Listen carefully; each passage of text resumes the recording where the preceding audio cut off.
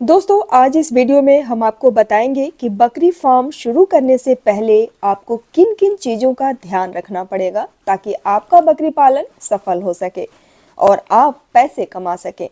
तो आइए शुरू करते हैं। व्यावसायिक बकरी पालन आरंभ करते समय बकरी की नस्ल का चयन एक महत्वपूर्ण स्टेप है।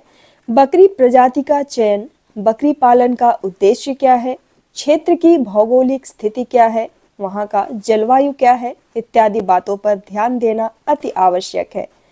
सामान्यतः यह ध्यान देना चाहिए कि बकरी की नस्ल उसी जलवायु के हिसाब से हो जहां आपको व्यवसाय शुरू करना है। अगला स्टेप है, आपको सबसे पहले इसे छोटे स्तर पर शुरू करना चाहिए। इसके लिए आप 10 बकरियों और 1 बकरे से शुरुआत कर सकते हैं। अगली महत्वपूर्ण बात जो आपको ध्यान देनी चाहिए वो है, बकरी पालन की शुरुआत हमेशा गाभिन बकरी से ही करें और ये ध्यान दें कि 2.5 से 3 महीने की गाभिन बकरी को ही चुनें। गाभिन बकरी चुनने से आपको ये फायदा होता है कि आपके फार्म में बकरियों की संख्या जल्दी बढ़ जाती है। और इस बात का भी ध्यान रखें कि कभी भी पुरानी गाभिन बकरी न चुने, मतलब बूढ़ी बकरी कभी भी न चुने। कहीं कहीं बूढ़ी बकरी को खोला बकरी भी कहते हैं, तो इस बात का हमेशा ध्यान रखें। बकरी फार्म शुरू करने से पहले या फिर अगर आप बकरी चुनने जा रहे हैं तो आपको ये सब चीज़ें पता होनी चाहिए। बूढ़ी बकरी वो बकरी होती है जो लगभग 7 से 8 बार गाभिन हो चुकी होती है और बच्चे दे चुकी होती है। लेकिन अक्सर लोग यहीं पर गलती करते हैं।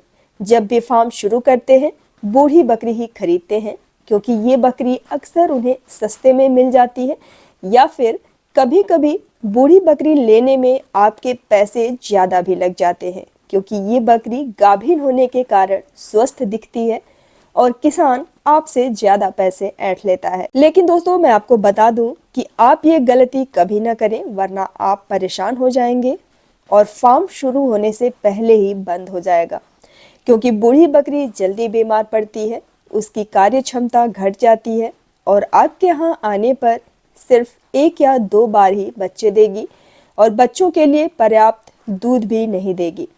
और इस हालत में बच्चों के कुपोषित रहने के चांसेस बढ़ जाते हैं और बच्चों में खून की कमी भी हो सकती है।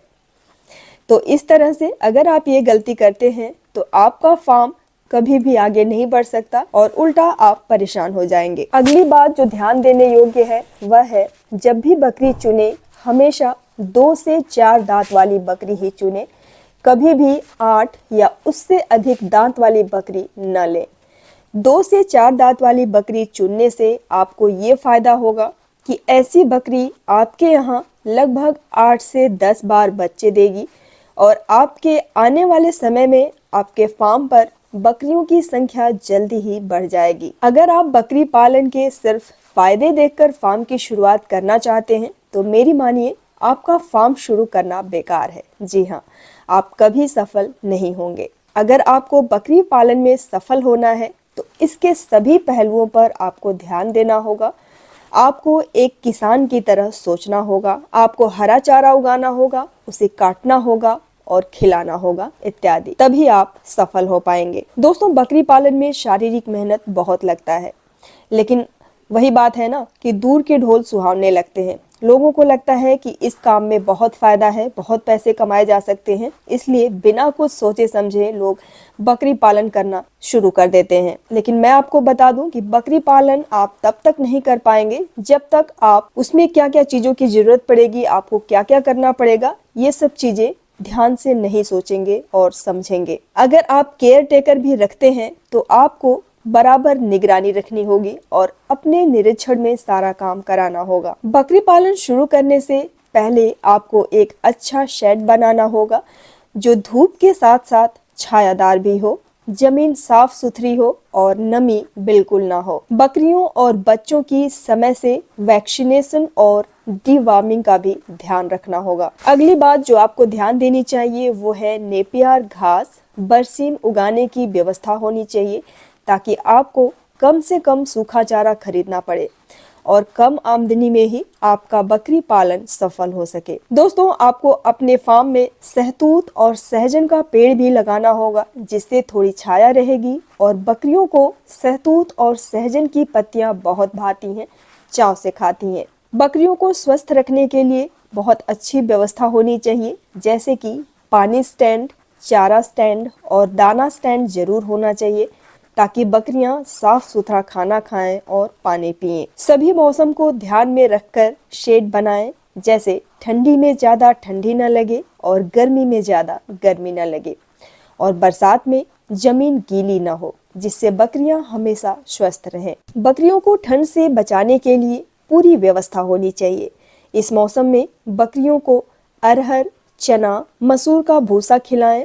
रोजाना लगभग 50 ग्राम मेथी और लगभग 30 ग्राम गुड़ खिलाने से बकरियों पर शीतलहर का बुरा असर नहीं पड़ता है। साधारण चारे के अलावा बकरियों को आम, नीम, पीपल, जामुन, बरगद और बबूल की पत्तियां भी खिलानी चाहिए। दोस्तों, एक और बात जो आपको जरूर ध्यान देनी चाहिए वो है बकरी पालन से पहले आप बकरी पालन की पूरी ट्रेनिंग अवश्य लें, जो सरकार द्वारा ब्लॉक से उपलब्ध कराई जाती है।